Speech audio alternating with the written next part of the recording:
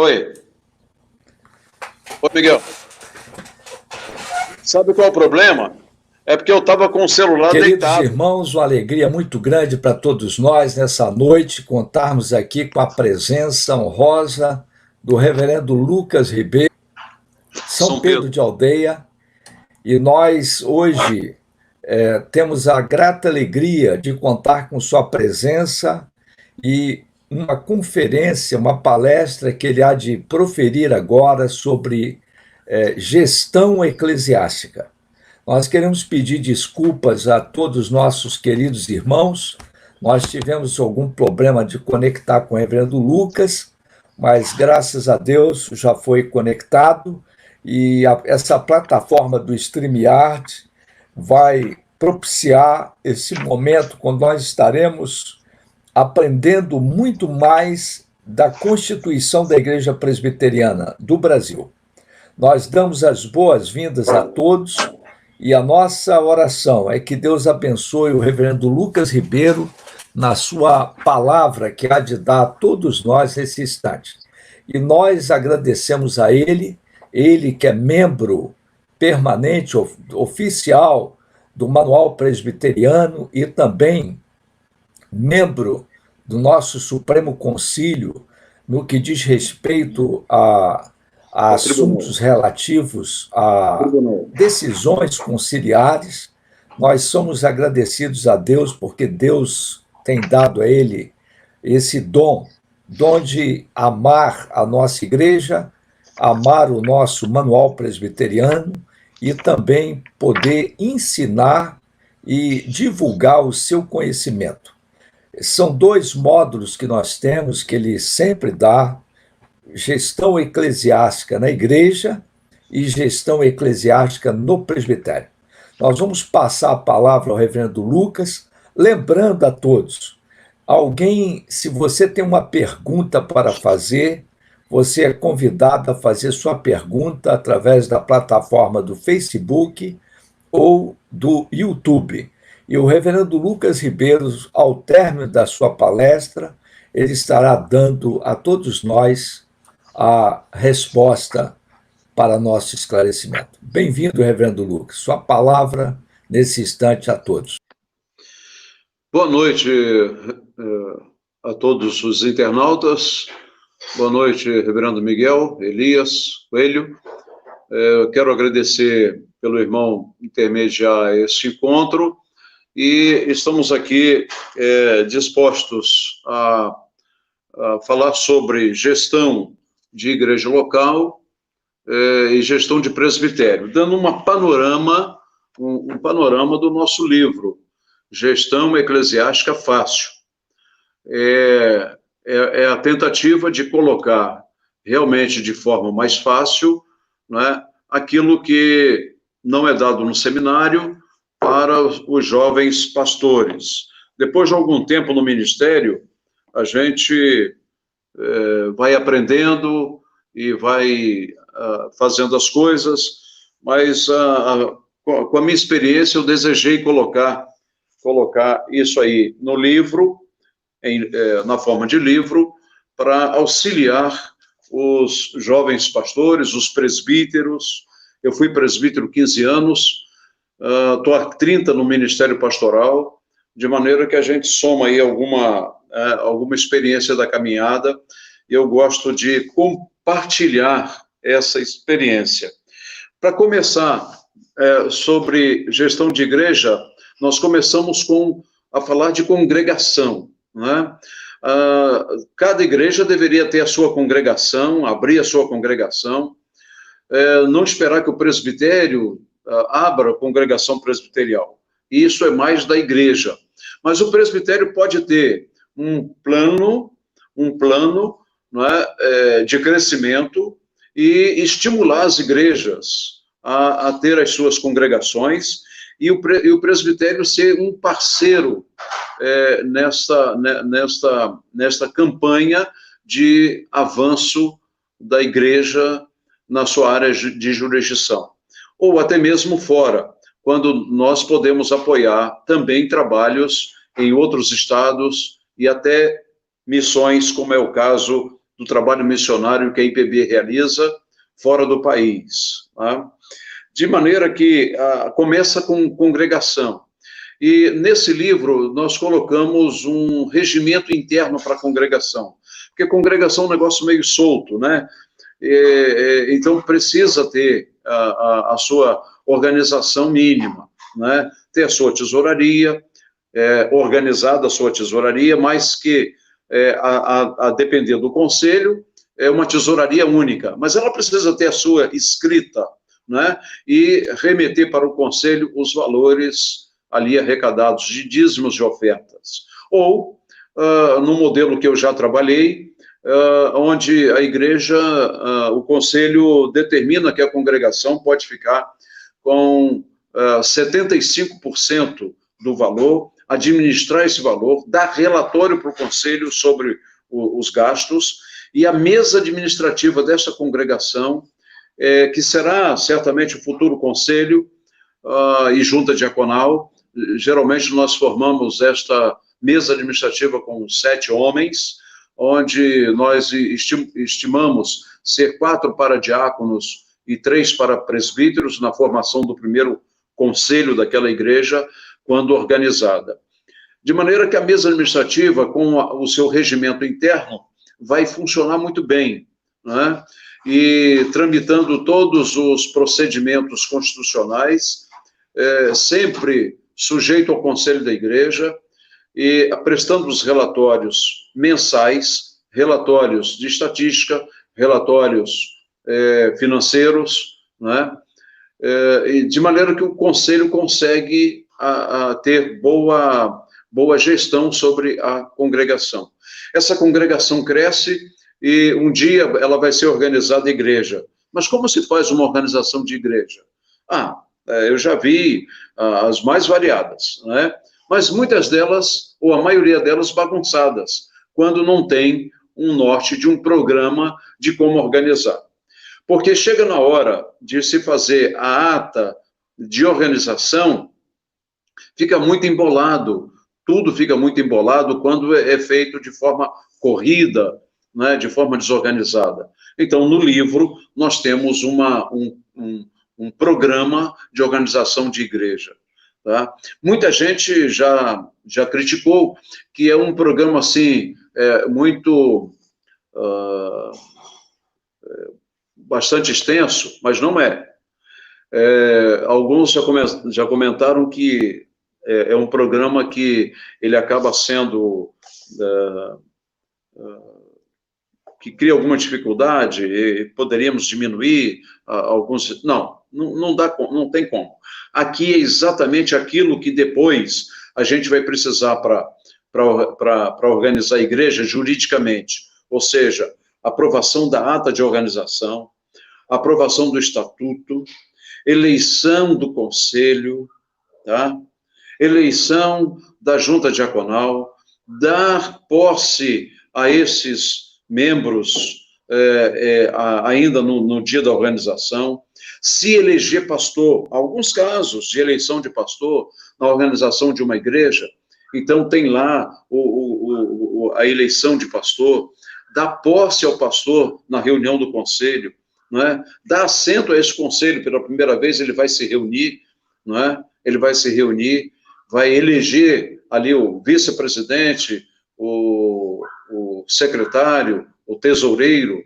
Então, tudo isto para que, quando isto for para cartório, já vai tudo certinho, tudo organizado, né? Então, como nós temos feito e organizado igrejas ao longo de uma vida aí nos presbitérios, né?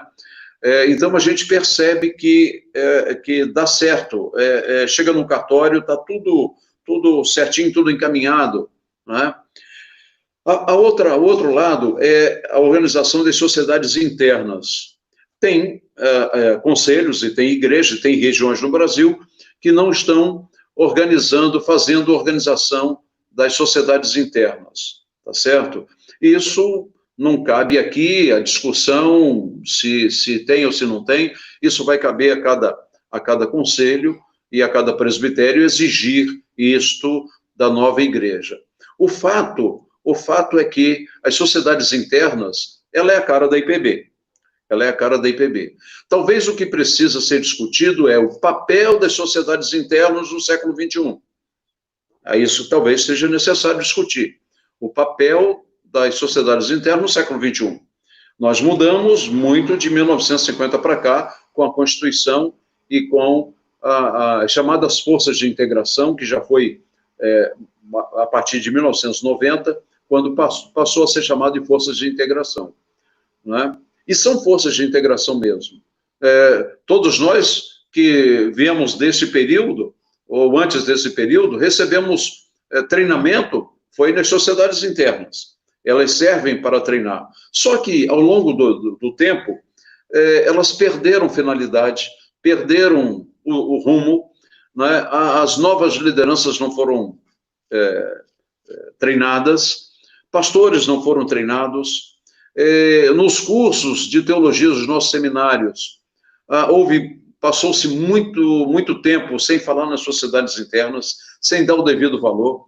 Muitos pastores são formados sem nenhuma experiência de ter passado por uma sociedade interna, sem ter uma vida eclesial que lhe dê um pouco de visão sobre sociedades internas. Então, isso acaba se perdendo e hoje é uma discussão que eu não quero entrar nela aqui. O segundo aspecto de uma igreja organizada vem com relação às suas finanças. Como é que se organiza uma previsão financeira?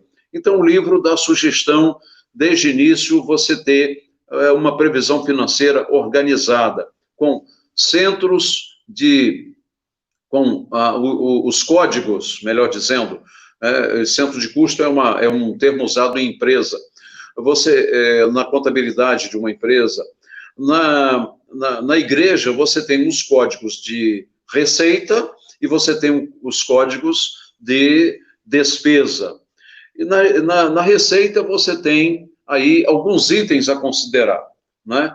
Quando você começa uma igreja, o saldo da congregação passa para a igreja, é a continuidade. Então, saldo do ano anterior, X, né? A previsão aí de dízimos de tanto, aí você vai fazendo, oferta missionária, oferta para obra. Às vezes a nova igreja está em obra, o templo está em obra, né? Ofertas missionárias. Então, você coloca todos os itens de receita e depois você vai para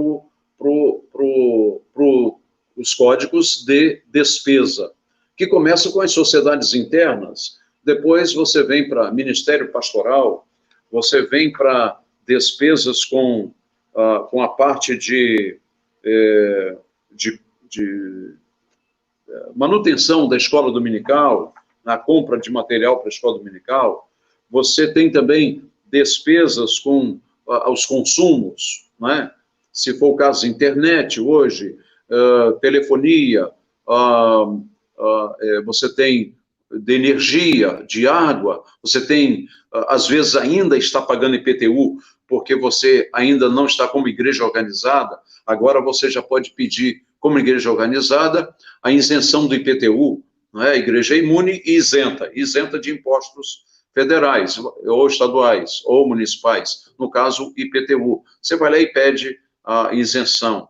Bem como nos consumos de energia e de água, telefonia, você pode pedir a isenção do ICMS ou do ISS, quando se referir a imposto sobre serviço de qualquer natureza, ISSQN, que é de natureza municipal.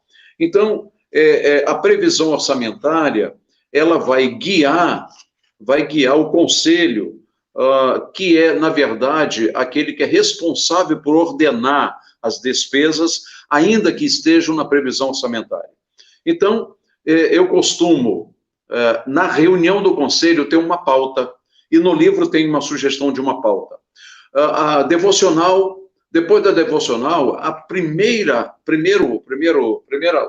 item é leitura da ata anterior, quando tem, né? Geralmente tem. O segundo item é relatório da tesouraria. Então, o tesoureiro, se for do conselho, se for um presbítero, membro do conselho, já está presente, ele vai trazer esse relatório escrito ou verbal, mas normalmente nós pedimos por escrito, e aí você tem uma base ali bem calçada para, naquela reunião, você ordenar despesas em cima do que você tem de previsão de entrada e daquilo que você tem no caixa. O fluxo de caixa é muito importante que seja informado pelo tesoureiro como que está o caixa.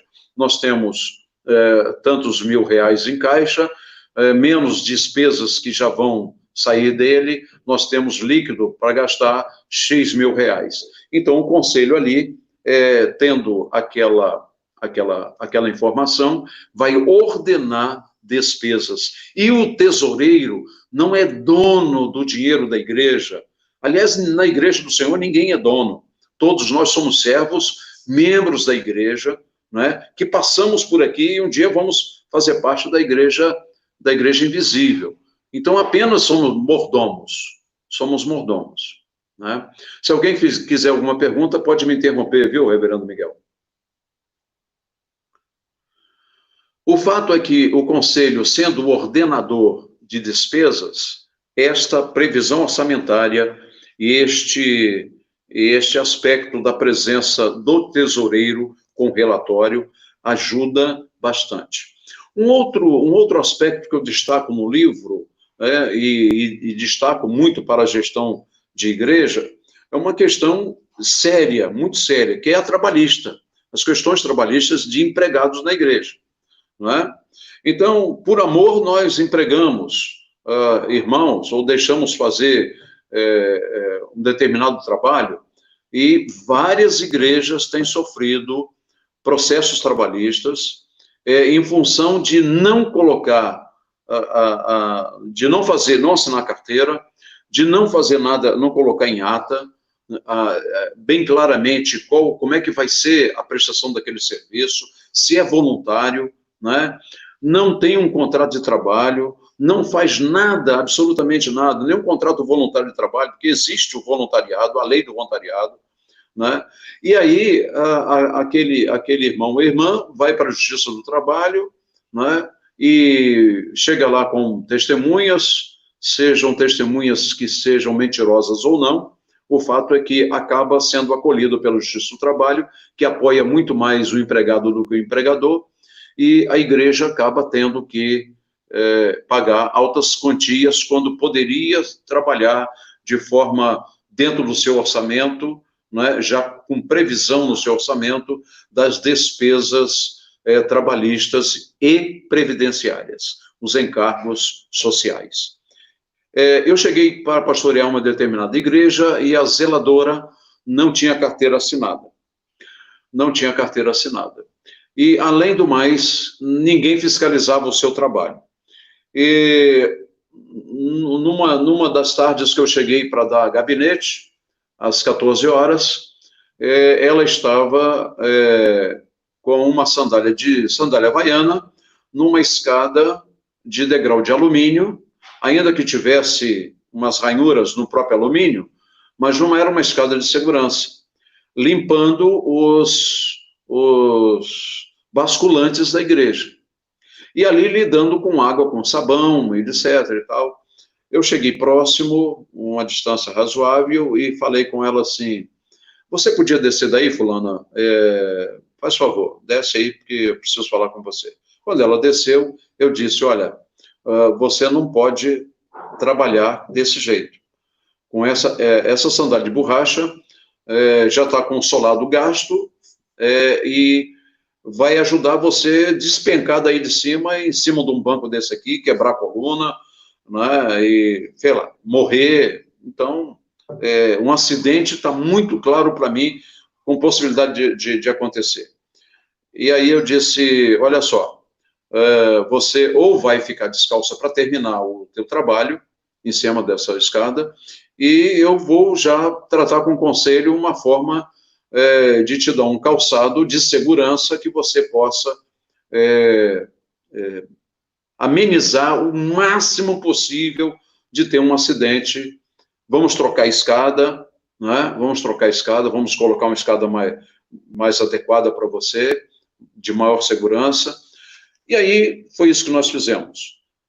Aí assinamos a carteira e ela começou. E hoje é aposentada pelo tempo de contribuição, pela idade, né?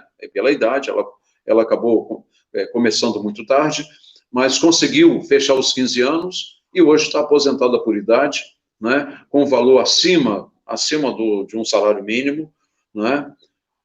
Porque obrigatoriamente nós temos que pagar o salário do sindicato responsável, o sindicato correspondente a quem trabalha em igreja, e de maneira que eu fiquei feliz por ter passado por lá e ter evitado que a igreja, porventura, viesse a sofrer um dano maior. Essas são uma das experiências nessa área trabalhista, né? E a igreja conseguiu sempre pagar, não teve dificuldade, nunca teve dificuldade. Mas também nessa igreja, que eu estou falando dessa zeladora, tinha um casal, uma família que morava no apartamento de zelador. A igreja tinha um apartamento atrás, que há muito tempo atrás tinha morado um zelador. E esse irmão morava lá. E ele tomava conta do portão da igreja. Então, ele era a pessoa que abria a igreja e que fechava a igreja, porque ele morava lá. E aí não tinha um contrato de comodato, não tinha um contrato de serviço voluntário por causa do comodato, né? Ele morava de graça, a luz a igreja pagava, a água a igreja pagava, ele tinha tudo, era 0,800. Ok, era ele, a mulher e 3 filhos. Irmãos, a gente vai fazendo tudo pelo coração, mas quando estoura a boiada, ninguém tem coração.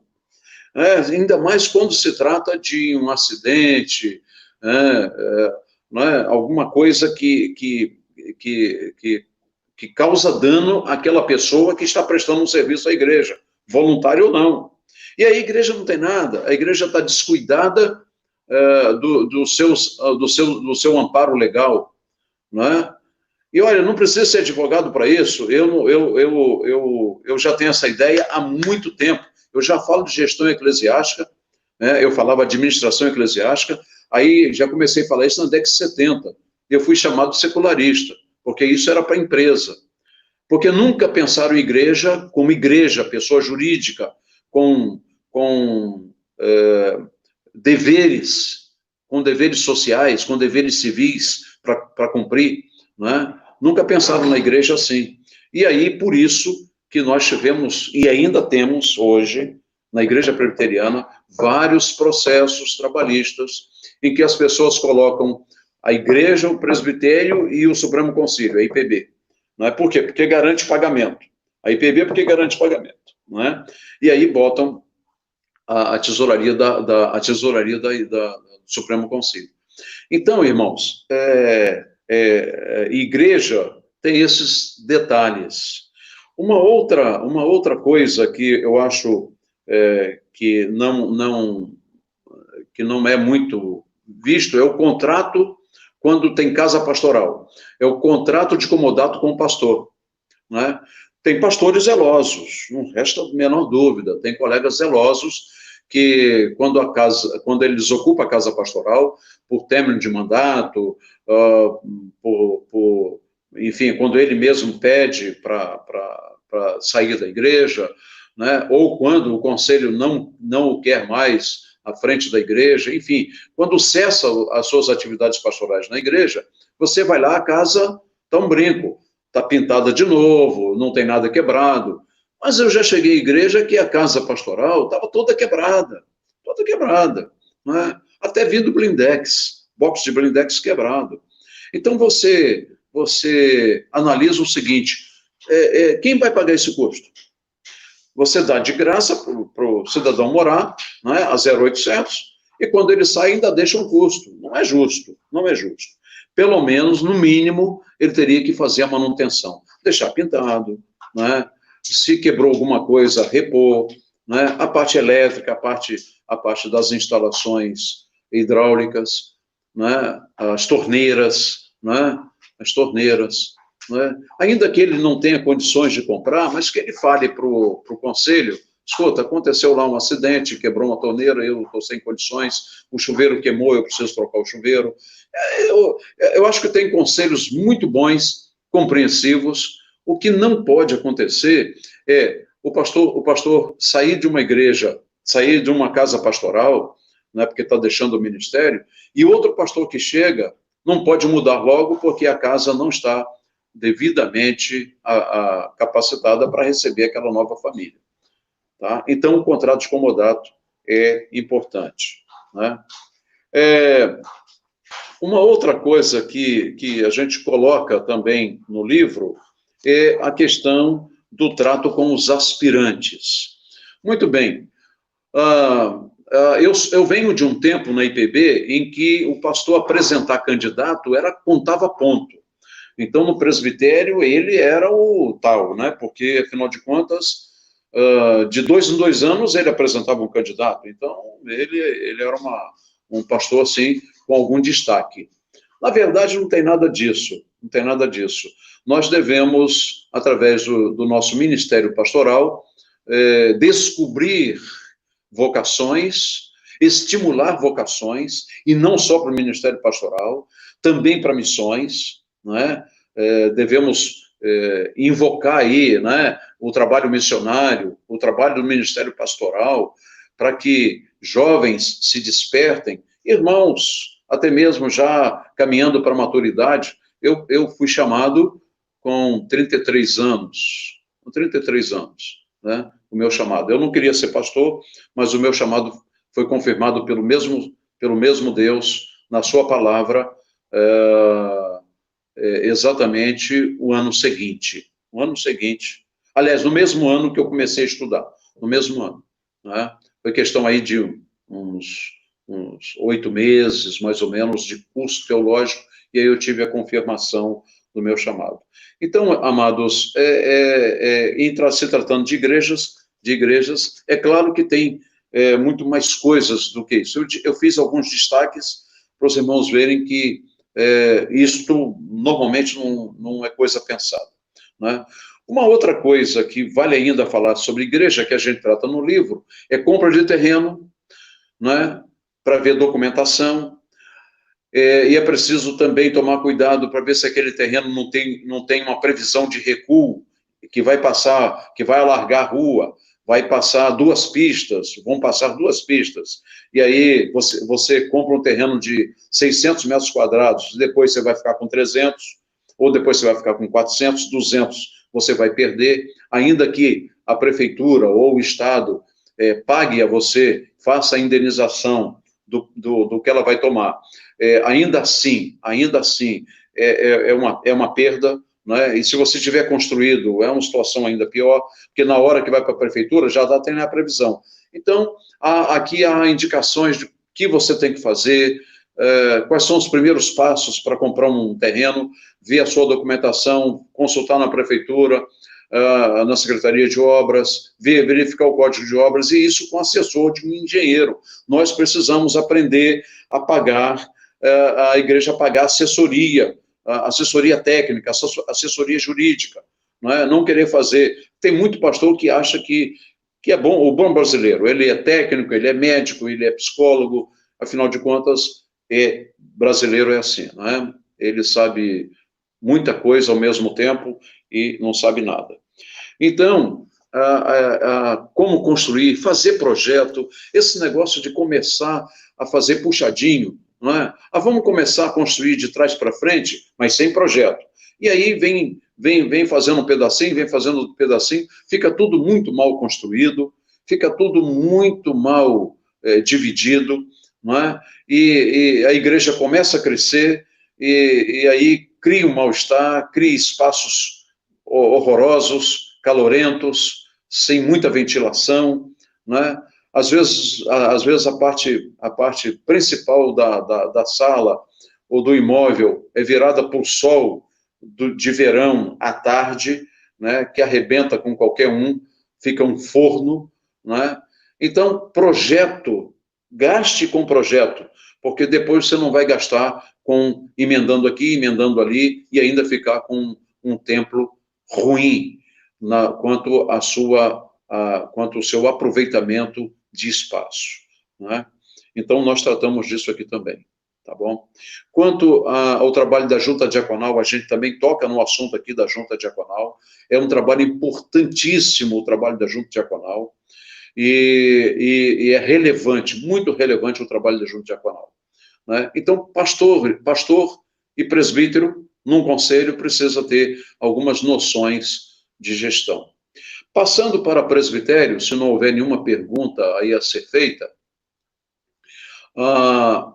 passando para presbitério, é outro detalhe também, né? A gestão de presbitério começa com uma cultura que nós só nos reunimos em RO, né? Só nos reunimos em RO. Mas quando a gente adota a cultura de ter, no ano, uma ou duas REs, e não deixar as REs somente para os casos que caem de paraquedas, você vai perceber que o presbitério tem uma RO muito mais dinâmica, uma RO muito mais, que flui muito mais, porque algumas coisas já foram antecipadamente aprovadas na RE. Você não deixa para a RO. Então, a RE é um instrumento na Constituição que dá toda a condição. E muita gente boa erra quando faz a RE. A RE, ela tem características diferentes da RO. Por exemplo, uma RE, a sessão de verificação e poderes é dentro da mesma ata. Não tem que fazer leitura de ata separada, não é? Aliás, nós estamos propondo no regimento, no novo regimento interno de presbitério, que a verificação de poderes seja incorporada à mesma ata de sessão preparatória, né? Vamos ver se isso vai passar ou não, isso depende da aprovação ainda, mas já está sendo elaborado dessa forma. Então, muita gente boa erra quando faz uma RE, faz uma sessão de verificação de poderes, faz uma ata separada de verificação de poderes, depois começa especificamente a reunião extraordinária. E aí faz outra chamada. Não precisa. Você só precisa, porque para que serve a verificação de poderes? Verificação de quórum. Só isso. E documentos. Os documentos que comprovam que o pastor está com a carteira de ministro em RO. Carteira de ministro e o relatório do pastor. São dois documentos ultra necessários e constitucionais para que o ministro tome assento naquela RO. Ok. A igreja, quais são os documentos constitucionais? A igreja precisa estar, o seu presbítero precisa estar com a carteira de presbítero, o presbítero já tem carteira, e lá anotado que ele está eleito para ser o titular, né, o representante efetivo, titular daquela igreja na reunião do concílio, não é? Ele precisa estar com o livro de atas do conselho, ele precisa estar com os relatórios da igreja. Os relatórios da igreja. Então, veja, esses documentos são constitucionais. E hoje existem outros documentos que podem e que devem ser levados para a RO. Só que eles podem ser dados entrada depois, não necessariamente na verificação de poderes. Na verificação de poderes de uma RE, muito mais simples. É o mesmo presbítero da RO naquele ano? Tranquilo, é ele mesmo, já está consignado em ata anterior, a carteira dele, ou a credencial, é a mesma, não precisa. Agora, ele foi substituído pelo suplente. Aí o suplente traz a carteira ou traz a credencial dizendo que ele é suplente e que ele está ocupando, então, o lugar do presbítero tal, que era o efetivo. Tá? Aí você vai colocar o novo representante daquela igreja. Tá? No aspecto geral, essa verificação de poderes. E aí tem quórum? Tem. O presbitério, para se reunir, precisa de quórum. E está estabelecido e está estabelecido na Constituição o quórum do presbitério. E é bem interessante até que a gente vislumbre que esse quórum, ele é necessário que seja anotado em ata, e aí o presidente declara aberta aquela RO. Ou, imediatamente, a verificação de poderes na RE, declara aberta a RE, a reunião extraordinária, né? Então, o quórum está no artigo 86 da Constituição. 3 ministros e 2 presbíteros constituirão o quórum para o funcionamento legal do presbitério. Isso ainda é de 1950, mas é o que está valendo. É o que a gente tem que respeitar. Então, tem 3 pastores e o número de presbíteros que tem aqui no artigo 86, pronto, tem quórum. Começamos a reunião, tá certo? Começamos a reunião. Então, irmãos, a reunião do presbitério, aí nós temos, dentro do regimento interno, nós temos a sessão. Uma RE, normalmente, tem expediente único. Tem expediente único. Porque a pauta da RE é fechada, da RO não. A pauta da RE é fechada. Aquilo que foi estabelecido na convocação são aqueles itens que serão tratados na RE. Não se pode tratar nenhum assunto fora da pauta estabelecida na convocação. Muita gente boa erra e acaba que os presbitérios, com seus presbíteros e pastores, vão verificar as atas, não prestam atenção nisso porque desconhecem e continuam fazendo errado ao longo do tempo. Na verdade, isso leva para uma nulidade, né? Anulação daquela reunião, porque não foi devidamente... aliás, aí vão para o sínodo, né? As atas do presbitério vão para o sínodo, né? Vão para o sínodo, que também pastores e presbíteros são os representantes e que passam por cima desses detalhes para ver se o presbitério naquele momento estava com quórum ou não para se reunir ordinariamente ou se reunir extraordinariamente. Bom, também muito importante para o presbitério, como é para a igreja, é a previsão orçamentária. Previsão orçamentária vai nortear a vida financeira do presbitério. E aí, nessa previsão orçamentária, vai estar lá as forças de integração, ou seja, as federações, os secretários de causa, os secretários presbiteriais, não é? Vai estar lá o investimento em novos campos, não é? Que aí vai investir em novos campos, seja parcerizando com igrejas, seja o próprio presbitério abrindo novos campos, não é? O presbitério vai ter também, pode ter também, os seus pastores evangelistas.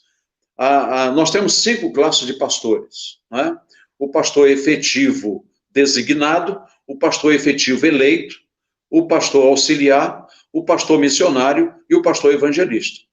O pastor evangelista, a característica básica do pastor evangelista é aquele que está num trabalho incipiente, que o presbitério é quem está tomando conta, é quem está à frente, né? Seja uma igreja, por exemplo, que voltou ao status de congregação, ou uma igreja totalmente incipiente, com um conselho diminuído, tem só 3 presbíteros, já teve 6, 7, 8, mas hoje só tem 3 presbíteros, e às vezes envelhecidos, cansados, não tem às vezes nem número de homens para a diaconia, o trabalho é incipiente mesmo. Então, o presbitério assume, coloca um pastor para trabalhar naquele campo, e hoje a linguagem é revitalização. Não vamos deixar essa igreja morrer, vamos trabalhar na revitalização, né? Então tem que levar para lá um pastor que saiba revitalizar, que trabalhe. E esse pastor é o pastor evangelista, não é? Ele não tem esse título de evangelista porque ele vai sair pela rua evangelizando. Isso é trabalho dele, estando eleito, designado, estando como pastor auxiliar. Pastor tem que evangelizar também, não é? Ovelha gera ovelha, nós somos ovelhas de Cristo, então temos que gerar ovelhas. Pastor que não evangeliza, que não tem na sua vida ministerial almas que foram a Cristo pelo seu ministério pessoal, né? Não foi da pregação do púlpito só, mas foi do seu trabalho pessoal de evangelismo. Todos nós somos evangelistas, mas caracterizando na administração de um presbitério. O pastor evangelista é aquele que é bancado financeiramente as suas côngulas pelo presbitério, ok? Uma outra coisa em relação ao presbitério é a organização também de um presbitério. Muita gente boa não sabe como organizar um presbitério, né? Às vezes nós fazemos os desmembramentos e aí muita gente boa não sabe os passos.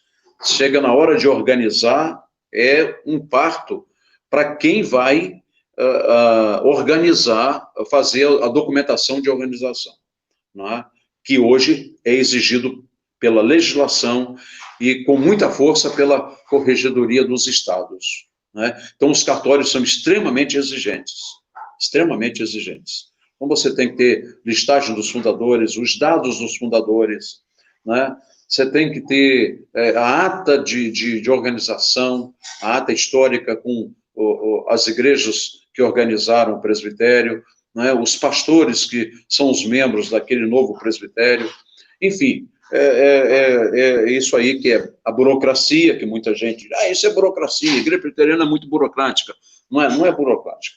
Ela é uma igreja, eu já recebi elogios de 2 juízes estaduais, um inclusive de Minas, e disse assim, ele era da casa de oração, ele disse assim, rapaz, eu não tinha ideia da organização da igreja presbiteriana. E eu dei um manual de presente para ele, um dos mais antigos lá, de 2000, lá de 1990, na década de 90, eu comprei e dei para ele, de presente. O fato é que o presbitério precisa de ter alguns detalhes. Também o presbitério recebe os aspirantes que vêm lá mandados pelo conselho, né? Esses aspirantes, primeiro são ouvidos no conselho, mas como o pastor quer mandar, ou o pai quer mandar, a mãe quer mandar, ou o moço quer ser pastor, né? Nós, pastores, temos que observar, trabalhar com ele, para observar se tem chamado, né? Nós somos responsáveis por enviar para o presbitério. Porque depois colocamos a culpa no presbitério, simplesmente. O presbitério também recebe-se, graças a Deus, temos mais um candidato, né? E aí banca o curso e tal, aí o cidadão termina o curso, chega na hora de ser ordenado, aí vem o problema. Vem vários problemas na hora de ser ordenado. Não passa, não é aprovado, né? E aí é cassada a licenciatura. Tem vários casos aí pelo Brasil afora, né? Enfim, acontecem vários casos nessa área. A culpa não é só de presbitério, a culpa é primordialmente do conselho quando envia. Temos que ser muito mais sérios no envio de candidatos ao presbitério. O presbitério, ao aprovar o candidato e ao encaminhá-lo para o presbitério, nomeia ou elege um tutor. Ok, normalmente é o seu pastor, que não precisa necessariamente. Há presbitérios que usam o rodízio dos seus candidatos pelas igrejas do presbitério. Então, cada ano é um tutor. O fato é que o papel de tutor, muita gente boa que é pastor não sabe o que é ser um tutor. Não sabe. Não exerce bem a sua tutela sobre o candidato, né? Dá trabalho. Você tem que cuidar. É uma vida que você tem que cuidar. E aí, hoje nós temos muitos pastores que nunca foram bem tutelados. E aí eles apresentam distúrbios ou melhor, apresentam alguns casos de desvio de caráter, desvios doutrinários, não é? Desvios doutrinários. Sim, agora, né? Agora nós descobrimos, não, já vinha lá de trás, e é fácil você ver. E olha, há alguns que conseguem, debaixo da vigilância, escaparem da nossa vigilância. Imagine-se quando você não vigia, quando você não acompanha, quando você não faz a tutela devida. Aí fica solto. E aí ele quer a carteira, porque agora, como pastor presbiteriano, ele vai fazer na igreja dele o que ele quer. Não é? Vai plantar bananeira, vai ungir com óleo e vai batizar por imersão, ele vai pintar os canecos. Né? Então, mas isso a gente tem que ver antes. Certa vez, eu estava numa reunião com a presença do reverendo Roberto Brasileiro, lá na Baixada. E perguntaram para ele, porque saiu uma estatística naquela época, de que tinha mais de 600 pastores presbiterianos sem igreja. E fizeram a pergunta para ele, né? Fizeram a pergunta para ele, pastor, por que tantos pastores assim sem igreja? Aí ele respondeu seca e duramente, nós estamos cheios de reverendos, mas falta-nos pastores. Está respondido. Vocação é uma coisa importante que cada candidato tem que ter. Ele vai até o final, passa por todas as agruras, por todos os desertos, mas se ele é chamado, ele vai até o final. Ok? Então, para encerrar aqui a minha fala, na gestão de presbitério, é muito importante que seja observada processo de transferência de igreja, seja observado os critérios para nomeação dos seus secretários presbiteriais, para as forças de integração, né? E a comissão executiva tem que ser um núcleo, né, ajustado, que caminha junto, que caminha para o bem do concílio, né? Para o bem do concílio. E que também o presbitério não deve ser aquele lugar onde vamos ser presidentes eternamente. Nós temos que dar espaço aos novos. Estou com um caso recente, um ex-aluno ligou para mim, pastor, eu estou apavorado, porque todos os pastores mais experientes que nós tínhamos aqui foram embora, outros morreram, o presbitério agora caiu na minha mão, eu estou novo, estou com 4 anos no ministério, não sei o que eu tenho que fazer, não sei. Eu leio a Constituição e tal, mas eu estou com medo de errar, porque eu sei que tem algumas coisas que precisam ser feitas. E aí eu sentei com esse moço, né, com a Constituição, com o Estatuto Presbitério, que já temos um novo estatuto, que também a IPB ofereceu isso, e tem muita igreja que ainda nem trocou o seu estatuto ainda, né, pelo que a IPB oferece, nem presbitérios também mudaram seus estatutos para o que a IPB oferece, de modelo, e com o regimento interno do presbitério. E aí, dei uma aula para ele de aproximadamente 2h30, né, e eu falei assim, bom, você vai pagar a aula pagando o meu almoço. E ele pagou um bom almoço para mim e foi tudo maravilha, né? E ele está tocando o presbitério, está lá, feliz da vida, está tocando o presbitério. E eu vou lá fazer um workshop sobre gestão de presbitério para que alcance os demais membros do concílio. Então, amados, eu quero encerrar aqui agradecendo esse tempo e se alguém quiser fazer alguma pergunta, estamos às ordens.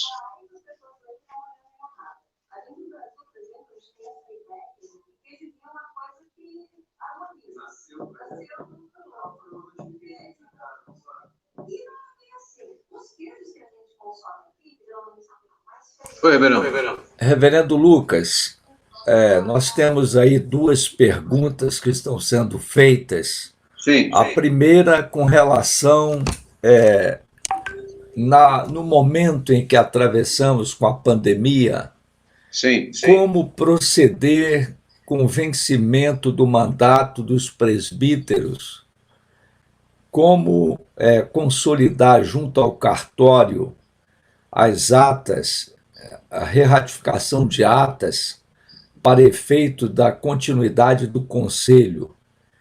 E a segunda pergunta é exatamente quase direcionada a esta, né?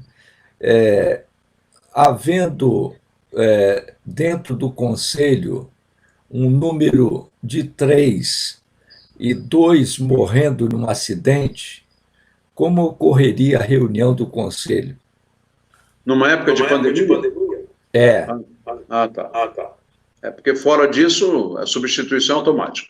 Então, respondendo uma pergunta, eu respondo a outra. Logo que começou a pandemia, surgiram perguntas dessa natureza. E nós não tínhamos lei que justificasse. As corregedorias não sabiam, não tinham orientado as corregedorias estaduais, que são responsáveis pelos cartórios, a normatizar para os cartórios, não tinham ainda pensado em nada. E eu consultei um tabelião aqui em São Pedro, do segundo ofício, e ele me disse o seguinte: olha, não podemos registrar a ata porque não temos ainda a forma legal para registrar a ata de assembleia online. E eu disse, tá bom, né? Ok. Mas acontece que, louvado seja Deus, o nosso país é muito abençoado por Deus, e saiu uma lei, um decreto presidencial, dizendo que atas, assembleias de empresa, de igrejas, de instituições de uma forma geral, né, de organizações, poderiam ser online, né, e o que os cartórios não poderiam rejeitar o registro dessas atas, a averbação dessas atas, entendeu? Então, isso já está normatizado. E o decreto vai até outubro. Se a pandemia se estender para além de outubro, além de 31 de outubro, com certeza esse decreto também vai estender por mais um tempo. Mas até final de outubro, nós temos cobertura legal para fazer a Assembleia Geral da Igreja, tá? Via online. Mas existe outra forma também que eu já vou dizer. E como é que você vai fazer a listagem dos participantes? Ora, não tem aí, nessa live que nós estamos fazendo, o nome dos participantes? Então, você tem a listagem de quem participou, né?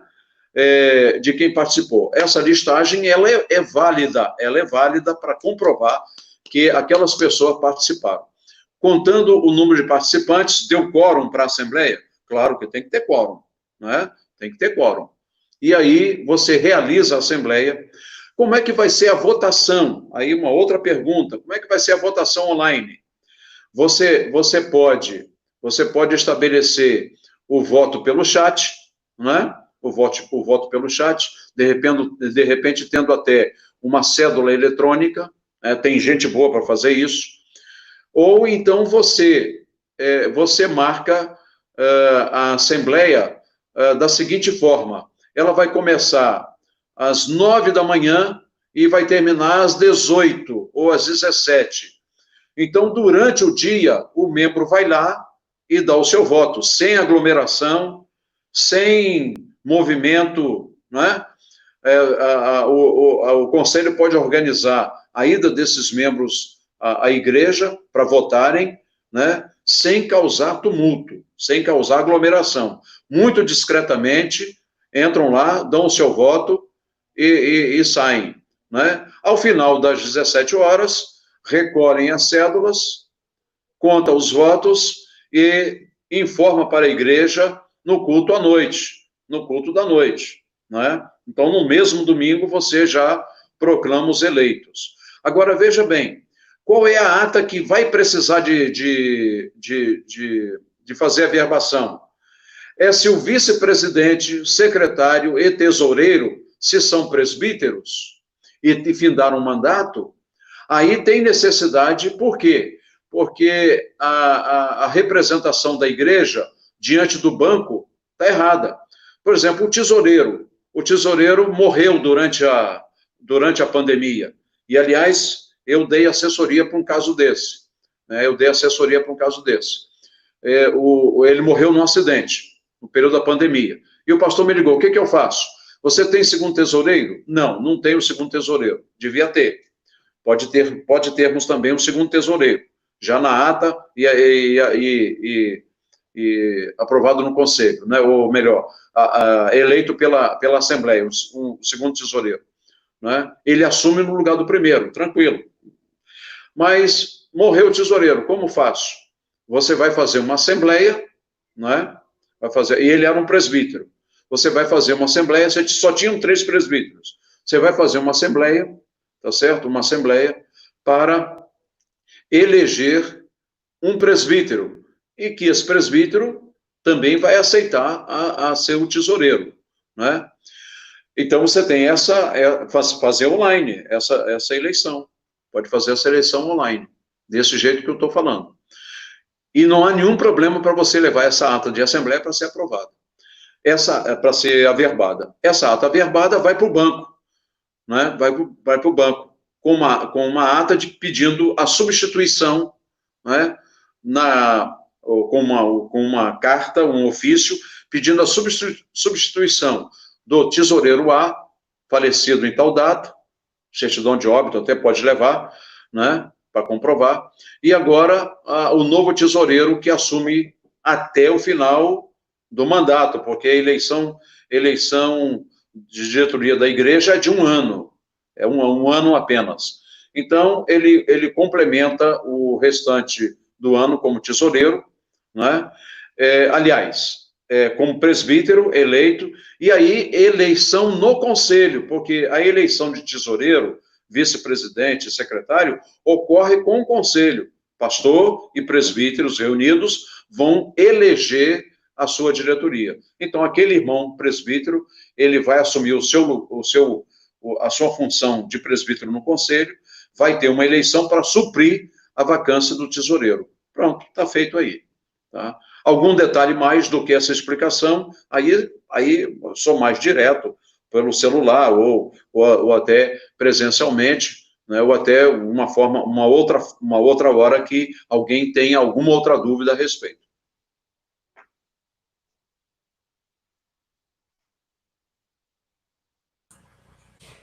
Até o momento, reverendo Lucas, foram essas 2 perguntas que vieram e muito bem respondidas, viu? Se o irmão deseja continuar a explanação, pode continuar, meu irmão. Não, eu quero fazer minhas alegações finais, colocando o seguinte, que nós estamos à disposição para fazer treinamento de liderança. Sempre me dispus a isso, a fazer treinamento de liderança. Na semana próxima, eu estou indo a Tocantins, fazer um treinamento de liderança lá, além de outra atividade que eu vou fazer. E eu quero deixar nessas considerações finais que há um outro campo que eu também lido na igreja, que é a disciplina eclesiástica. E para isso, eu escrevi Disciplina Eclesiástica na IPB. E a gente ensina nesse livro como fazer um processo disciplinar eclesiástico, que muitos conselhos não sabem, muitos presbitérios não sabem e fazem erradamente, né? Erradamente. Ok? Então, essas são as minhas considerações finais, com muita gratidão a você, reverendo Miguel, pela oportunidade, né? Por ter se colocado aí à disposição para fazer essa live, essa palestra, e nós agradecemos aos internautas que estiveram conosco, agradecemos e esperamos numa nova oportunidade estarmos juntos para enriquecermos com conhecimento e experiências porque eu também estou sempre disposto a aprender. Aliás, eu sempre digo que até os 99 eu vou aprender, né? Até os 99. Estou com 69, então eu espero que até os 99 eu possa continuar aprendendo. Queremos, desde já, agradecer de coração ao reverendo Lucas Ribeiro, que pôde compartilhar muito do seu conhecimento, e ele tem sido uma bênção na Igreja Presbiteriana do Brasil, não somente na sua região, como também dentro das reuniões do Supremo Concílio, Sínodo. Ele sempre, como advogado, pastor, pleno conhecedor da Constituição, ama esse trabalho e tem divulgado e para esclarecimento de todos. Nós queremos agradecer a sua honra, a honra da sua presença, sua palavra, e o desejo que Deus te abençoe mais e mais, Amém. e você possa, numa outra oportunidade, fazer mais uso da palavra, compartilhando, né? Não somente, como nós vimos, uma pitada de gestão eclesiástica na igreja e no presbitério, mas o reverendo Lucas, ele escreveu, nós queríamos que ele mostrasse aí o livro que ele escreveu, e esse livro, aí, ó, Gestão Eclesiástica. Gestão Eclesiástica Fácil. Excelente livro para todos os seminaristas, pastores, presbíteros que queiram conhecer da Constituição da nossa igreja para ter o quê? Acesso à informação e realizar essa obra do Senhor, como ele aqui bem falou, de modo organizado. Hoje nós encontramos aí muitas igrejas abrindo de qualquer forma, né? E nós precisamos realmente tomar muito cuidado, porque a legislação hoje é pesada, né? Eu me lembro, quando eu cheguei ali na Igreja Presbiteriana do Paraíso, né, há 37 anos atrás, o conselho tinha lá comprado uma propriedade lá no Porto Novo. Nem existia o Porto Novo, né? Poucas casas. E já desejavam construir de imediato. Eu falei, não, irmãos, nós vamos procurar uma arquiteta, preparar um projeto para podermos fazer a obra dentro de quê? De um padrão. E, meus irmãos, foi uma benção. Nós procuramos a doutora Maria Lúcia, ela aproveitou o terreno como um todo, preparou o projeto. Por quê? Nós temos que seguir a legislação. É 2 metros o corredor, não podemos fazer 1,50 m, 1,20 m. Não vai aprovar o corpo de bombeiro, não vai aprovar nada. E nós vamos ter dificuldades, porque, como igreja presbiteriana do Brasil, devemos zelar, meus irmãos, por atender à lei, às legislações, para que possamos dar exemplo. E foi o que aconteceu, né? Procuramos instrução, foi feito tudo de acordo com o plano da arquiteta, e mesmo assim problemas vieram. Seguindo já problemas, imagina sem seguir. Mas o reverendo Lucas, que é não somente pastor, mas é também construtor, né? Ele, onde vai, ele não fica parado, ele sempre gosta de edificar, construir e muito ajudar na obra, né? Pastor Lucas, muito obrigado pela sua presença, bênção da sua palavra, e nós gostaríamos de orar aqui, encerrando a nossa live, né, de conferência sobre gestão eclesiástica, agradecendo a todos que acompanharam. Nós sabemos que nós tivemos um problema logo no início, né, exatamente da conexão, mas graças a Deus correu tudo tranquilo logo após, e nós agora conseguimos, né, encerrar agradecidos a Deus, porque o reverendo Lucas pôde compartilhar um pouco mais de conhecimento para todos nós nesse momento. Vamos orar, encerrando aqui esta nossa reunião. Senhor nosso Deus e Pai, humildemente nós nos curvamos diante da Tua presença, agradecidos, ó Pai, pela vida preciosa do reverendo Lucas Ribeiro, e agradecidos, ó Pai, por ele estar compartilhando todo o seu conhecimento, para que nós possamos, ó Deus, bem administrar a tua obra.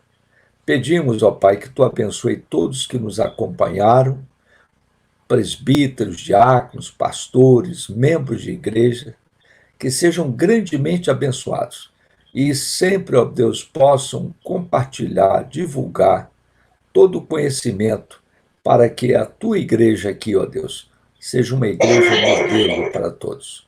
Abençoa o reverendo Lucas, sua querida família e todo o teu povo, pois nós oramos agradecidos, pedindo essas bênçãos no nome precioso de Jesus. Amém. Amém.